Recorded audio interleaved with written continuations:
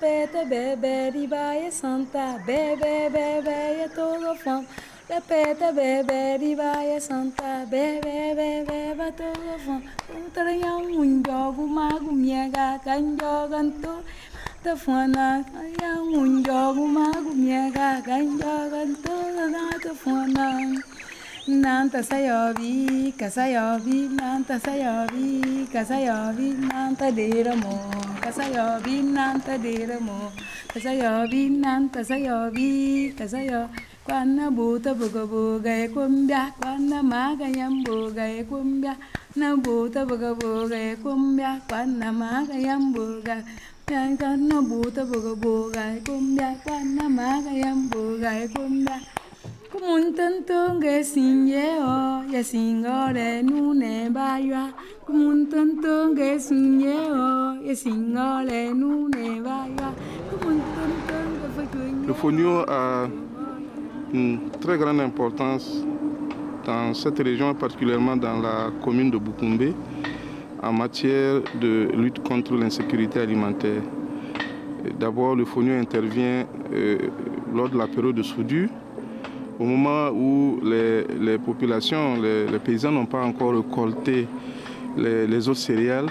Le fonio, qui est très précoce, leur permet d'avoir à manger. Et donc le fonio intervient dans la réduction de la période de soudure. Le fonio également a une très grande valeur au niveau du peuple Otamari, qui compose principalement la population de Bukumbe. Et ce peuple-là a conservé le fonio. Et nous nous sommes dit, pourquoi ne pas bâtir donc à partir de ces valeurs traditionnelles, et aussi prenant en compte le fait que, compte tenu des changements climatiques actuels, le fonio s'adapte bien aux terres, aux sols de cette commune, qui sont des sols au pied des collines, des sols assez pauvres. Et le fonio est peu exigeant en eau en fait, et ne nécessite pas beaucoup de fertilisants. Donc sur le plan agroécologique, c'est également un très grand avantage de travailler sur le fonio. Dans des termes simples, c'est une céréale. Et les céréales partagent un certain nombre de méthodes ensemble. Après le champ, on quitte normalement le champ avec un grain de fonio dans une enveloppe qu'on appelle la balle, dans une enveloppe. Et c'est ça que l'on appelle le paddy, cet ensemble-là. Et l'opération la plus importante pour les céréales, c'est de décortiquer, séparer l'enveloppe du grain. Et c'est ça l'opération la plus importante sur toute la ligne. Donc il y a cette balle-là qu'il faut arriver à enlever. Et donc du champ, il faut normalement faire un nettoyage pour enlever toute forme d'impureté, parce qu'il y a eu peut-être des herbes qui sont entrées, des grains de sable, des impuretés qui ne sont pas du tout fonio ni paddy. Alors on les enlève, et juste après ça, on sèche pour avoir un taux d'humidité très faible dans le paddy avant de passer au décortiquage. Donc ce séchage-là, ça va prendre quelques jours au soleil. Et puis, on passera au niveau du décortiquage. S'il est traditionnel, on va piler. S'il est à la machine, on passe à la décortiqueuse. Donc, pour séparer le grain de l'enveloppe. Et ce grain, lorsqu'il est séparé une première fois, il peut porter de fines enveloppes encore. Ces fines enveloppes peuvent être laissées. Et là, on parle juste du fonio décortiqué. Et il est un peu brun. Le grain est un peu brun. Mais si on repasse encore au niveau du décortiquage, on enlève les fines enveloppes encore, et un autre son, on enlève, ça donne un autre son qui est plus fin. Et là, le résultat sur le grain de fonio, c'est un grain de fonio plus blanc. On parle donc de blanchir, blanchiment. Et donc, fonio lavé blanchi. Enfin, lorsqu'on le lave, il est beaucoup plus blanc. Et pour les caractéristiques, pour les consommateurs après, certains souhaitent que ça soit bien blanc. Ceci n'est pas toujours une forme de fonio de qualité, parce que quand on enlève tout ce qu'il y a comme glumelle là autour du grain, ça peut partir avec certains types de nutriments comme des sels minéraux et autres. La production du fonio est très pénible et sa transformation l'est également.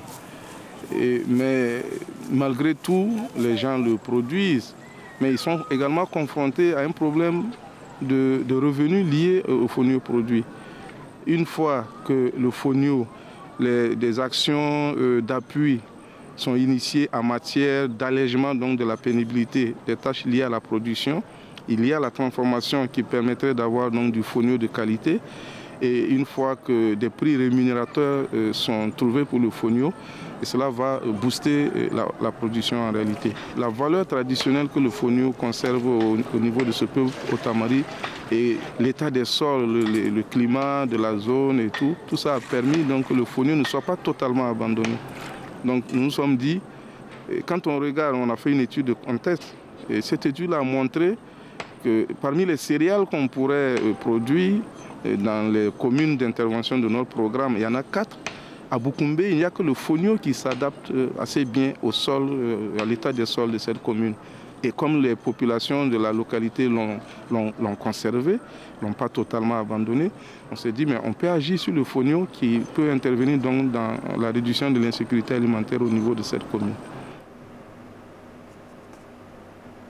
Il y en a principalement 2 acides aminés essentiels qu'on retrouve au niveau du fonio qui aident beaucoup. Et les acides aminés essentiels sont des acides aminés qui ne sont pas synthétisés par l'organisme, mais qu'il faut forcément apporter par l'alimentation. Et ils sont environ 7. Et le fonio en contient 2 avec des proportions bien élevées. Avec le fonio, on a très peu de situations d'obésité, on a très peu de situations de crise de diabétique, si vous êtes un consommateur de fonio de façon régulière. Et donc, on peut conclure qu'il permet de garder le taux de glycémie un peu stable. Il ne permet pas donc une élévation du taux de glycémie. Avec les producteurs au niveau des villages, sur les champs, au niveau des ménages, ça c'est l'aspect production. On met en place des champs de démonstration. Il y a des visites de paysans à paysans pour voir les techniques d'amélioration de la production du fonio que nous apportons. Et nous mettons à disposition aussi du matériel adapté pour pouvoir, donc, pouvoir produire le fonio, pouvoir le conserver. Et quand on en arrive à la transformation, on travaille effectivement avec des associations de femmes. Et il y en a 2 déjà qui sont à Bukumbe et qui interviennent dans la transformation du fonio. Ces associations-là sont impliquées dans cette activité et notre ambition, c'est de les amener donc à mieux organiser la transformation du fonio. Nous avons fait un état des lieux sur la production du fonio dans la commune de Bukumbe, une étude. Nous en avons fait aussi sur la transformation du fonio.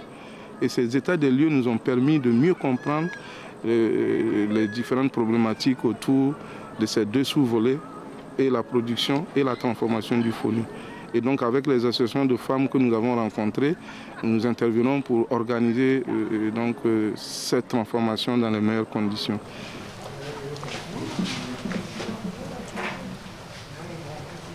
Nous avons 2 associations, 2 grandes associations dans la commune de Bukumbe.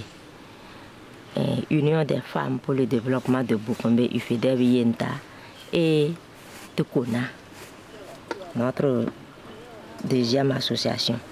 Nous avons un accompagnateur et c'est Louvain Coopération à travers Amsana. Donc c'est cette année qu'ils sont venus vers nous. Donc on a déjà bénéficié d'un appui de leur part. Ils nous ont accompagnés à Cotonou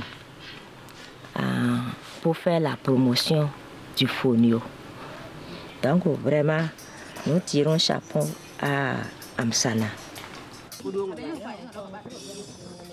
Je suis fondatrice de l'Union des femmes pour le développement de Bukumbe et j'ai décidé quand même que cette céréale-là soit valorisée par mon restaurant.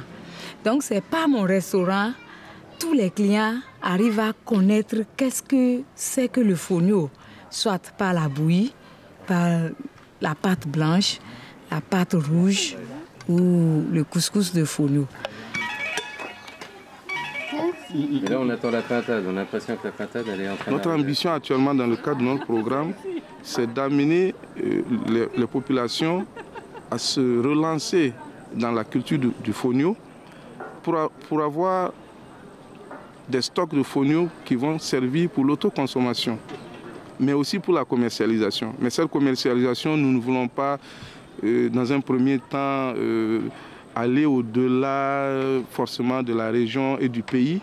Et nous avons voulu rester vraiment, voilà, nous assurer que la production est bien relancée et que le fonio produit sert réellement à sortir de l'insécurité alimentaire. Maintenant, c'est vrai que le fonio commence à être de plus en plus demandé et pourquoi pas et donc prospecter aussi au niveau des marchés extérieurs. Sinon, ce que nous faisons pour l'instant, c'est une prospection au niveau de la ville de Cotonou et aussi au niveau ici de Natitengo dans la région de l'Atakora. Nous avons eu des contacts avec des stagiaires venus de Belgique, par exemple, qui sont venus collecter des informations, y compris des informations sur l'exportation du fonio. Et donc nous allons très bientôt y réfléchir et voir, mais notre crainte c'est que tout le fonio produit ici sorte et que finalement l'objectif de réduction de l'insécurité alimentaire que nous recherchons ne soit pas réalisé. Sinon nous pouvons effectivement aller dans le sens que vous dites, avoir du fonio qui est exporté et qui peut être très rémunérateur pour les communautés de Bukombe. Ce sera une prochaine grande étape de notre intervention certainement.